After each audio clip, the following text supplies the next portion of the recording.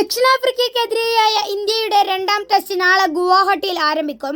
മത്സരത്തിന് മുന്നോടിയായി കഴിഞ്ഞ ദിവസം തന്നെ ഇരു ടീമുകളും ഗുവാഹട്ടിയിൽ എത്തിയിരുന്നു. ഇന്ത്യൻ ക്യാപ്റ്റൻ ശുഭ്മാൻ ഗില്ലും ടീമിനൊപ്പം ഗുവാഹട്ടിയിൽ എത്തിയിട്ടുണ്ടെങ്കിലും താരം നാളെ നടക്കുന്ന മത്സരത്തിൽ കളിക്കില്ല. പകരം ഋഷഭ് പന്ത് ആയിരിക്കും ഇന്ത്യൻ ക്യാപ്റ്റനാവുക. നിലവിൽ ടീമിന്റെ വൈസ് ക്യാപ്റ്റനാണ് ഋഷഭ് പന്ത്. ആദ്യ മത്സരത്തിൽ ദക്ഷിണാഫ്രിക്ക വിജയിച്ച സാഹചര്യത്തിൽ ഗുവാഹട്ടിയിൽ ജയിച്ച പരമ്പര സമനിലയിലാകാനാവും ഇന്ത്യയുടെ ശ്രമം. നവംബർ 30 തുടങ്ങുന്ന ദക്ഷിണാഫ്രിക്കയ്ക്കെതിരെയായ ഏകദിന പരമ്പരയിലും ഗിൽ കളിക്കാൻ സാധ്യതയില്ല. നവംബർ 23 ഏകദിന ടീമിനെ BCCI പ്രഖ്യാപിക്കുമെന്നാണ് കരുതുന്നത്.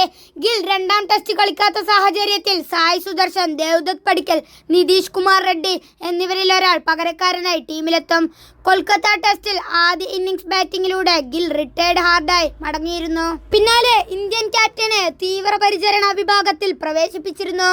റിസ്ക് ഒഴിവാക്കുന്നതിന്റെ ഭാഗമായാണ് ഗില്ലിനെ രണ്ടാം ടെസ്റ്റിൽ പുറത്തിരിക്കുന്നതെന്ന് ഇന്ത്യൻ ബാറ്റിംഗ് പരിശീലകൻ സിദ്ധാൻശു കോട്കെ വാർത്താ സമ്മേളനത്തിൽ പ്രതികരിച്ചു.